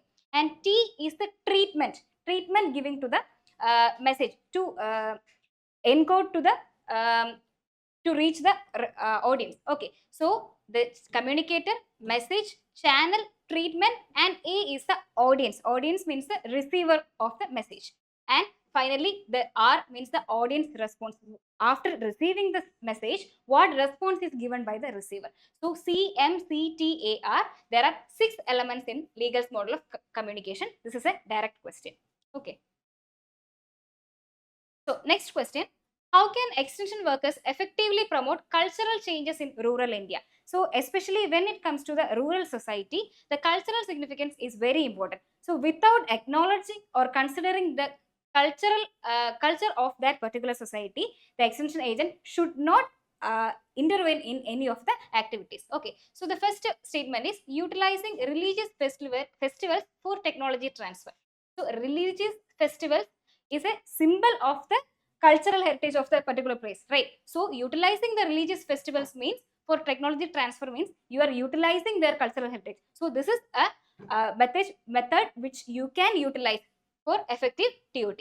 And next one is introducing new practices during the times of calamities. So what happens at the time of calamities means there is some disturbance is happening in the society, right? So traditionally they will be very abhorred to their cultural values and all, but when some disturbance is coming means they will be a little bit open to changes. Okay, so whatever they need to cope up with the changes that happened in the calamity, they will be open. So at that time that we can utilize to introduce some of the new practice. So this also can be used to promote cultural changes. Okay, and third one, ignoring existing cultural practice. This is the fundamental thing that we should not do when you go to a rural society, right? Whatever cultural things or practices they are following, we have to acknowledge that. So this should not be followed. And finally, considering the preferences and values of the local community, like in extension principles and all we say, like principle of cultural difference. Okay, the extension agent's culture, he should match with the receiver or the target group's culture. Okay, he should acknowledge and act upon that. So all the A, B, and C statement are in favor to promote cultural changes in the rural India, whereas the C is a statement which you should avoid. So option A, B, and D. Option A is the correct answer.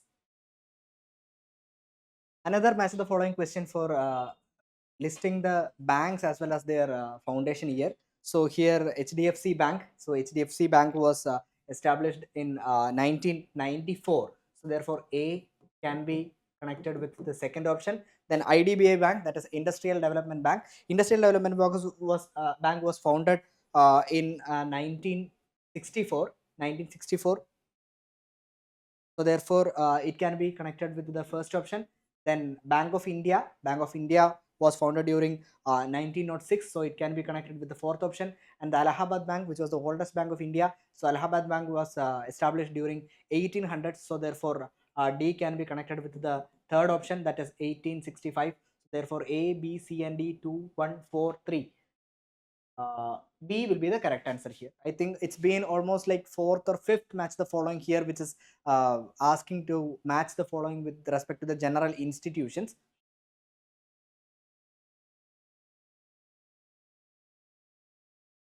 So this is also another repeating model of question. So this is about the fourth or fifth model of communication. So this model, the model of communication given by Katz and Lazar's field, has the following elements. So the communication model, this might be that much familiar to you, because this model is relating to the mass communication. Okay, mass communication. So when a message is transmitted through mass media, how it is reaching to the people, that is shown in this model. Okay, so when a source is transmitting a message, then it is reaching the mass media. Mass media can be anything, like like the any social media platforms or any TV or radio programs like that. Then from there, it says it is going to, not the opinion leaders, actually opinion leaders. So we discussed about the opinion leaders. They are the known as the legitimizers, which means they will be open to the new innovation or technologies which is happening in the outside world.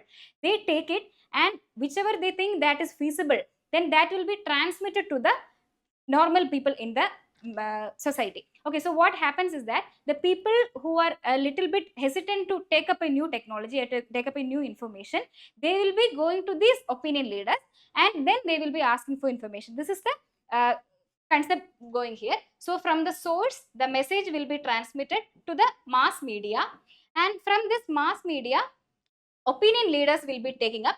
From this opinion leaders, it will be going to the public. So these opinion leaders are the one, it's like a two-step model, right? Not only directly from the mass media, it's not reaching the people. Instead, uh, to the to more number of people, it first it will reach the opinion leaders, and then from opinion leaders it will reach to the general public. So this is the mass communication model given by Katz and Lassarsky. So it's also given in the correct sequence only, A, B, C, D, and E. Option A is the answer for. Another question from general agriculture. Statement 1, deeper sowing is advantageous in heavy soils, whereas shallow sowing is recommended in light soils. So always remember that in deeper soils, in heavy soils, the clay content will be more, and in the case of light soils, the sand content will be more. So in the case of heavy soils, deeper sowing is advantageous in heavy soils, and whereas shallow sowing is recommended for light soils is actually a wrong statement. Why? Because as clay content is increased, obviously the water content will be more, especially towards the lower layers. So therefore, if water content is more, the amount of oxygen will be much lesser there. So therefore, if you are placing the seed a little depth, what will be happening? There will be problems with the germination. So therefore, deeper sowing is not at all advantageous in the case of heavy soil. But what happens in the case of sandy soils? In the sandy soils, obviously the water percolates so easily. So therefore, water will not be sustaining in the upper layers, but in the case of lower layers, a little more water will be there, and enough water pressure should be there to help the seed germination. So therefore, in the case of shallow soil, in the case of light soils, we have to place the seed deeper, right? So therefore, this should have been in the opposite way, that is, deeper sowing is advantageous in the case of light soil, and shallow sowing should be advantageous in the case of uh, uh, heavy soils. So therefore, this statement is incorrect. So statement 1 is incorrect, and statement 2, seeds which germinate through epigeal germination should not be sown deep, as it result in poor germination. So what is epigeal germination and what is hypogeal germination? If the hypocotyl is actually growing faster, and if the cotyledons are becoming coming above the soil, it can be considered as epigeal germination. If the cotyledons are after the germination also, if it is still below the soil, it can be known as hypogeal germination. So in order to remember this easy, you can when it is epi, always remember that it is the position of the cotyledon. So in the case of epigeal germination, cotyledon is coming outside, cotyledon is above the soil. So if cotyledon has to become exposed above the soil, the hypocotyl should have been grown faster than that of the epicotyl. So seeds which germinate through epigeal germination should not be sown deep, as it result in poor germination. Obviously, it has to come out, right? So therefore, it should not be sown deep, as it results in the poor germination. So therefore, statement 2 is correct. So therefore, statement 1 is incorrect, but the statement 2 is correct. Option D will be the correct answer here. Coming to another question, arrange this institution chronologically when these were set up in India from the earliest to the latest. So FCI, as you all know, it was established in 1965. NABARD, Graphic Card Committee recommended NABARD, and it was established during 1982. Then NCDC, National Cooperative Development Corporation, was established in 1963, and CSEP, the Commission for Cost and Agricultural Prices, which is recommending the minimum support price, which was established during 1985, right? It was earlier APC, that is Agriculture Price Commission. It was set up during 1965. CSEP, which was renamed, and the span of work was also a little more enlarged, and therefore it is established in 1985. So first we shall see C, NCDC, then after that FCI, then after that NABARD, and finally CACP. C, A, B, D will be the correct answer. So FCI has been established in 1965, NABARD in 1982, NCDC in 63 and 1985. CABD would be the correct answer. I think there has been some confusions in the option. So this will be the correct answer. That is, first it was established, the NCDC was established, then afterwards FCI, then afterwards NABARD, and afterwards CACP.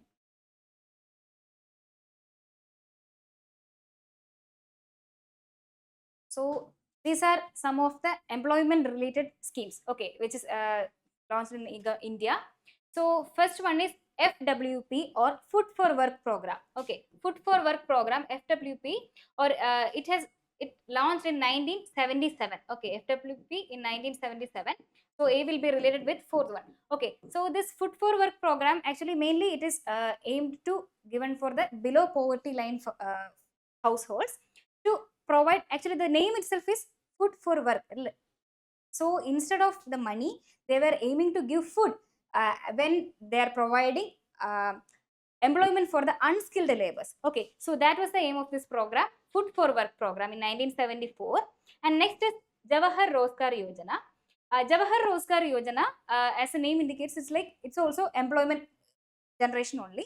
So they were providing employment. The government started to give employment to the agricultural laborers in the lean season period. Like means after a particular crop, there will be a certain period where there will not be work for the agricultural laborers, right? So at that point of time, concentrating, so they were trying to provide employment at that particular time. That is Jawahar Rozgar Yojana. Thereby, Jawahar Rozgar Yojana has started in 1989. Okay, so the option is 2. And third one is RLEGP or Rural Landless Employee Generation Guarantee Program, Employment Guarantee Program. So this is for rural landless laborers. So for only particularly targeting them to guarantee employment. So that was the aim of this program, RLEGP. This is started in 1983. Okay. So C is related with the second option.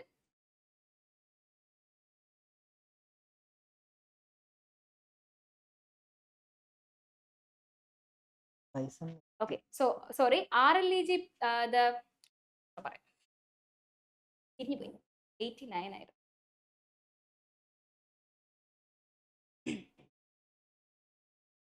So these are some of the employment related schemes launched by the government, and these are the launched year. Okay, so one by one we will see the schemes.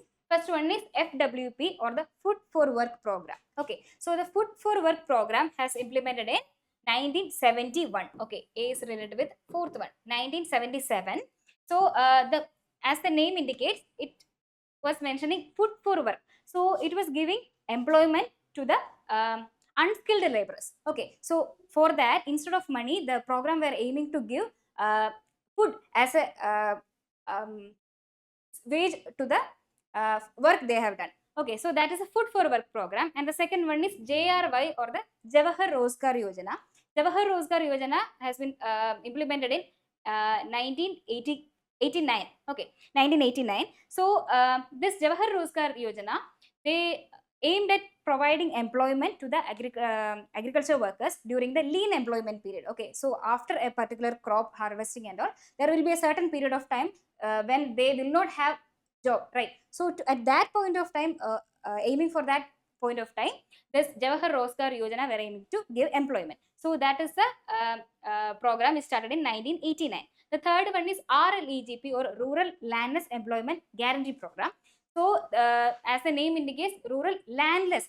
So this particular program were guaranteeing employment to the landless laborers. Okay, so RLEGP has started in 1983. So B is related with the first option, and C, RLEGP is related with the second option.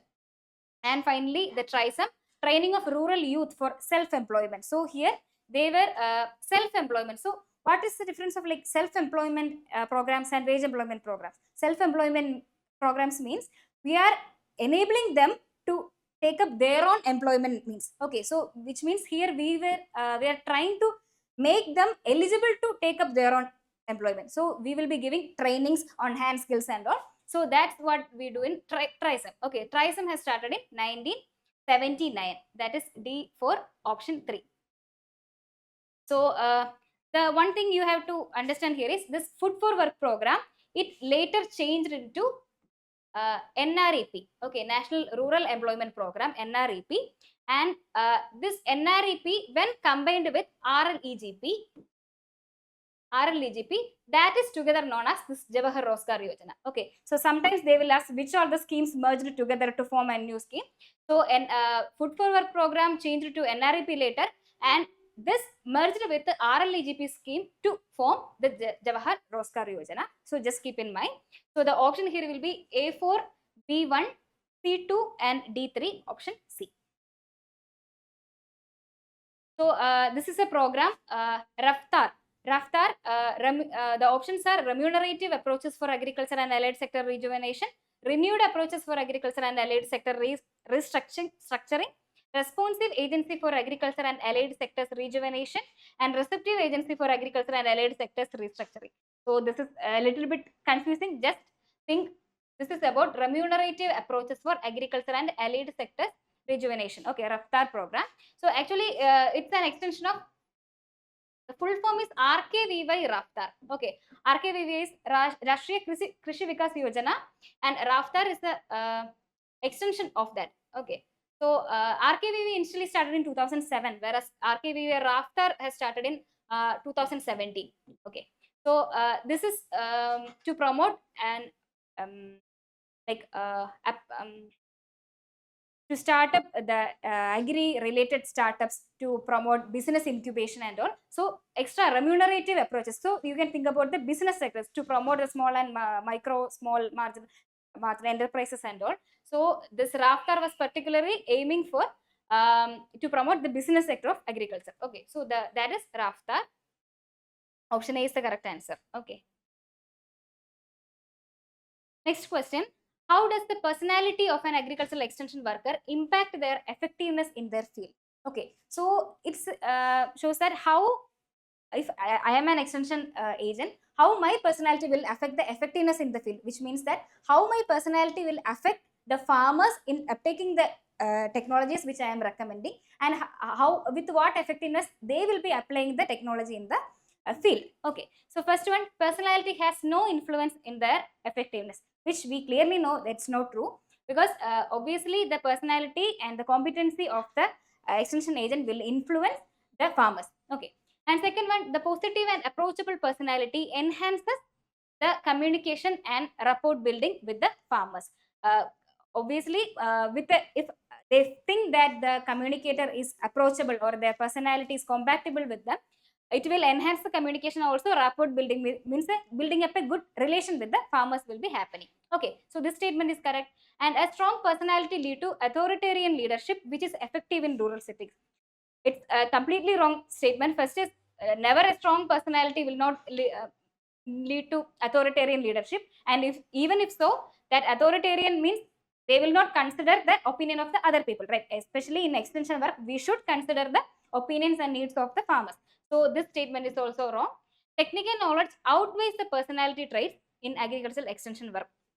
Specifically, agricultural extension work means we are influencing them to take up the technology. So this technical side is not actually the main concern. The main concern is how to persuade them to take up the technology. So this statement is also wrong. So the only statement correct is option B.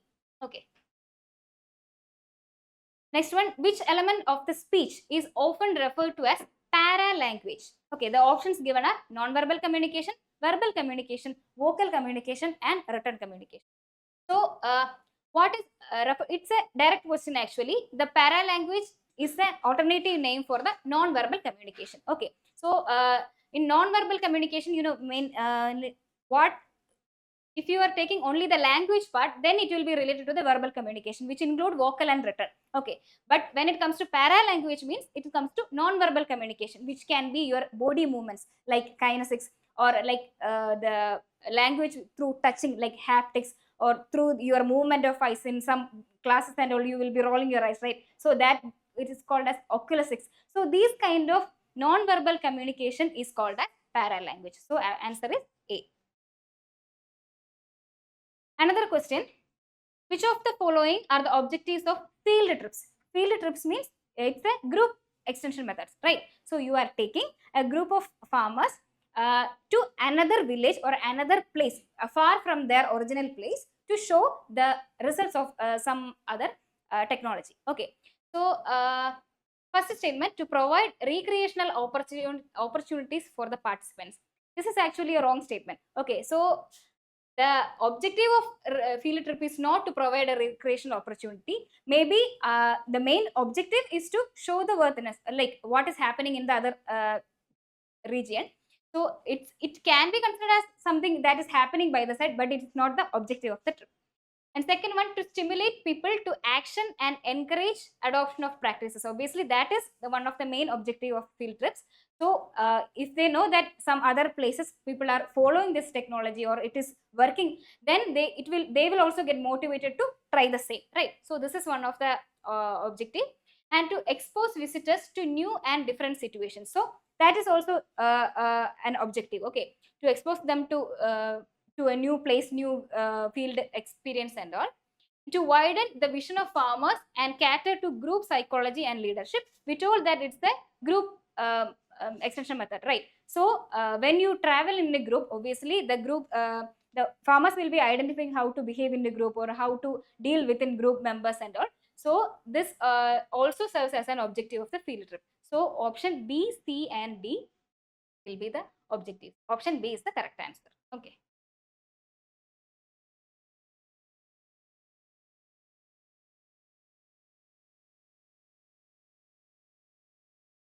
Coming to another general agriculture question, arrange the following crops on the basis of their yield in the ascending order. There is arhar, gram, rice and urd.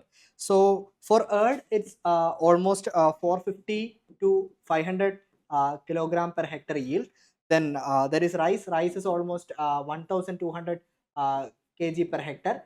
Then gram is almost 1100 kg per hectare. And for arhar, it's almost 600 to 750 kg per hectare. So therefore, they have asked us to arrange this following crops on the basis of the yield in the ascending order. So therefore, the least one is urd, that is D. Then afterwards arhar, that is A. Then afterwards gram, that is B. And finally the rice, which is having the topmost yield of 1200 kilogram per hectare, that is C. So therefore D, A, B, C, D will be the correct answer here.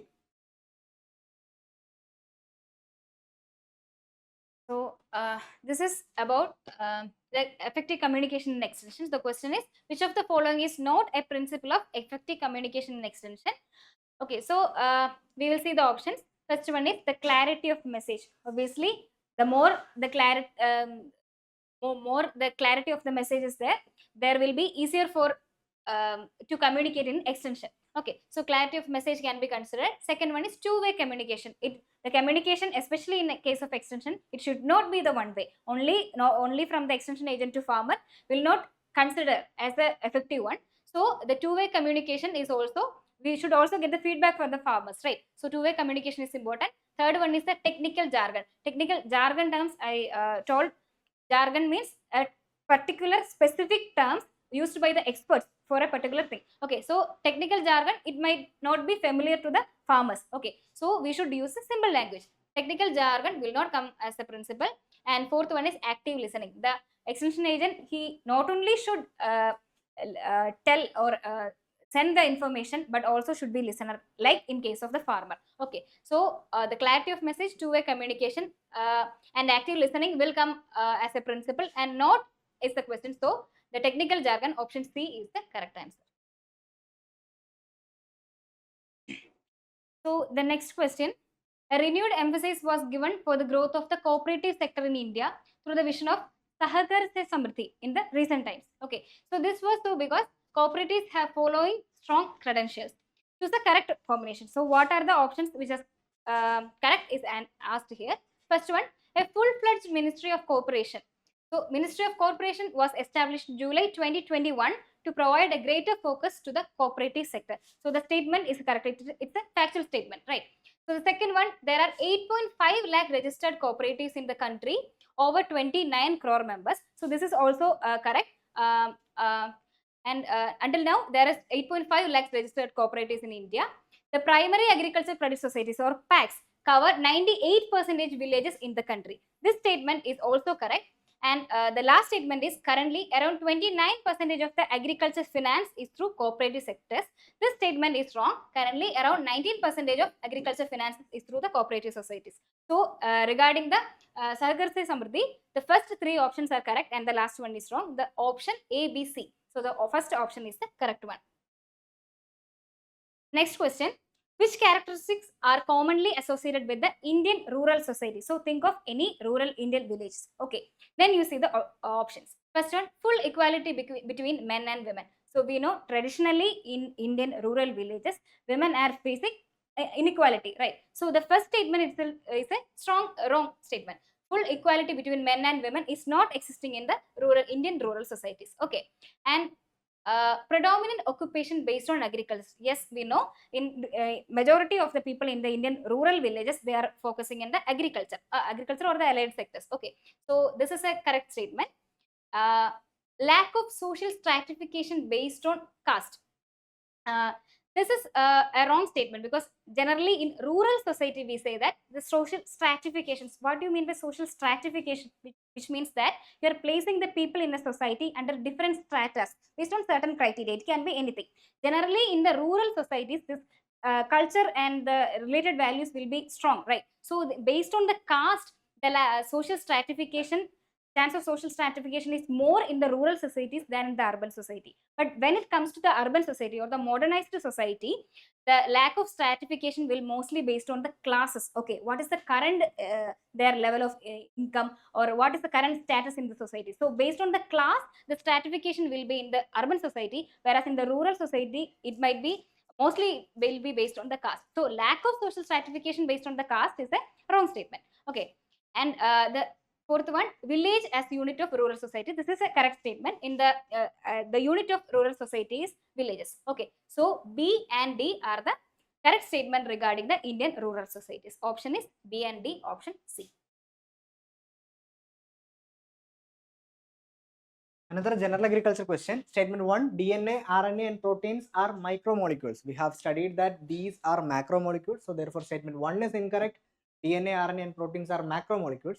So statement 2, nucleotide and amino acids are monomers of DNA or RNA and proteins respectively. So what are the monomers of DNA and RNA? It's nucleotide, right? And what are the monomers of proteins? It's constituting the amino acids, right? So therefore statement 2 is correct. So statement 1 is incorrect and statement 2 is correct. So answer D is the correct option here. Coming to another problem, for given production function y is equal to 10 plus 0.0x. Y is the wheat output, so y is the output and x is the input here. X is the fertilizer input. So this is actually a production function which explains the technical and mathematical relationship between an output as well as the input. So the question is, the coefficient 0.6 is called as. What is this 0.6? What can be this 0.6?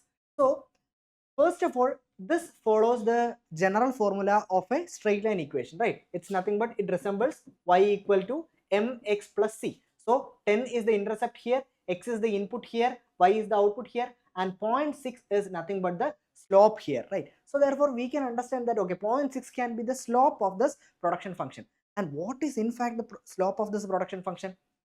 It's nothing but delta y divided by delta x, right? The rate of change of output with respect to rate of change of input. Or we can say that if I am going to increase the x, or if I am going to increase the fertilizer input by 1 unit, how much additional output or how much additional wheat is produced there? That is nothing but the slope is meaning here. That is nothing but delta y by delta x. This is nothing but the marginal physical product. Okay, so therefore slope is nothing but marginal physical product. So therefore A and B are the correct answers for this question. Arrange the steps in the process of farm financial management from the beginning to the end. If we are applying our logic, like we can understand, we can logically arrange this options. So there is decision making, there is analysis and action and objective. So in the first part we have seen some of the some of the project management cycle. So first we will be stating the objective, what to do in fact, right? So therefore D will be the first option.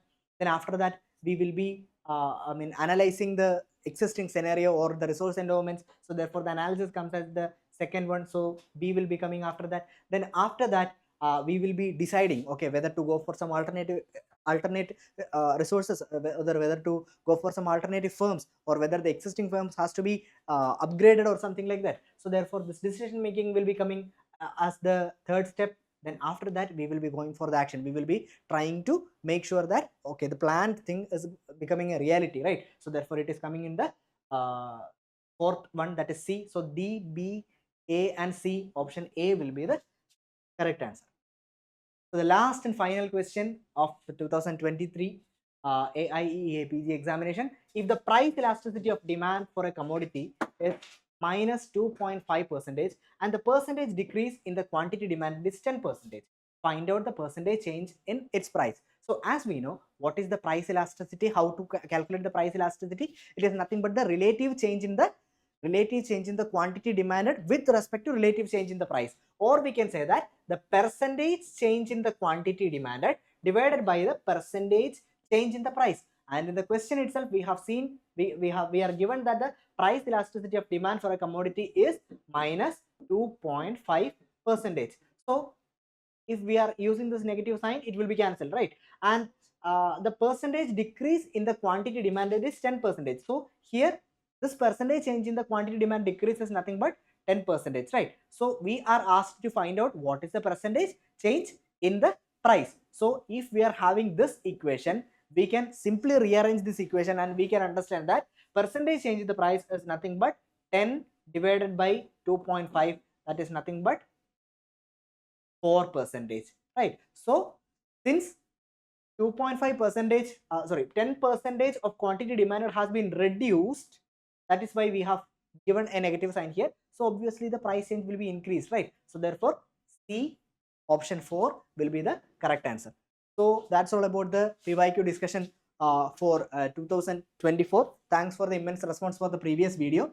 And if you are really liking our content, just feel free to comment down your suggestions and responses for the content that we are providing. And as we have said before, there will be a Google form in the description box. If you are really interested to get the PDF version of the entire discussion section, just fill your details in the Google form which is given in the description section, and we'll be finding in your next video. Thank you. Bye.